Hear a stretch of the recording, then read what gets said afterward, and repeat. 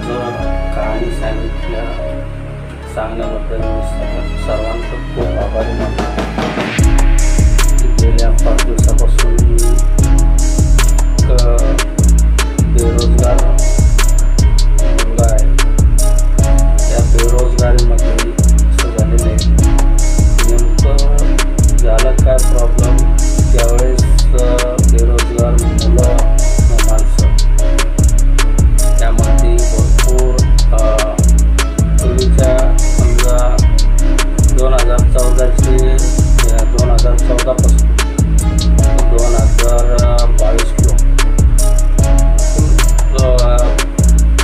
कामं होते या माणसांना, पण आता जे 2024 पासून जे 23, 24, 25 पासून जे लोक आहेत ते बेरोजगार माणसं अगदी बेरोजगार झालेले।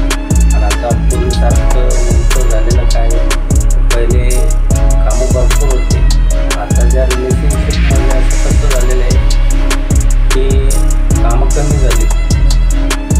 त्याच्यात शिकलेले मुलं, न शिकलेले मुलं, बेरोजगार, रोजगारी, हे सगळे माणसं खाली मार्केट डाऊन झालेले त्या लोकांची। आता पूर्वीसारखे कामं नाही राहिली, तर त्यासाठी मला एक सांगायचं आहे की जो आता आम्ही ग्रामीण भागात असतो, त्या ग्रामीण भागामधून आमचं छोटंसं खेडेगाव आहे, खेडेगावातून आम्ही शहरी भागात कामासाठी यावं लागतं। शहरी भागात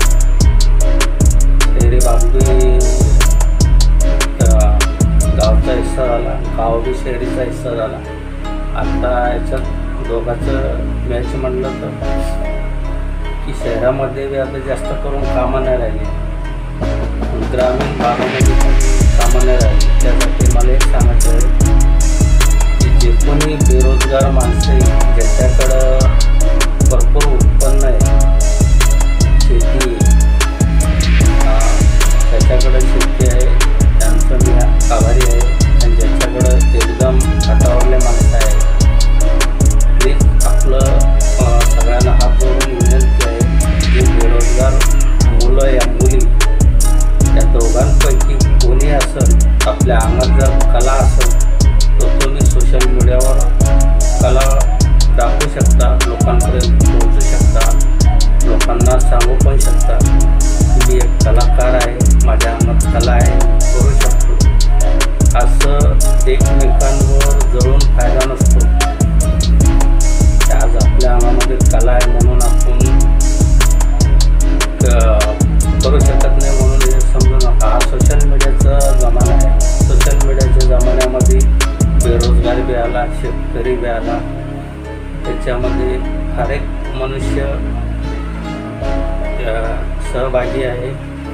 त्याच्यामध्ये सर्वांना सोशल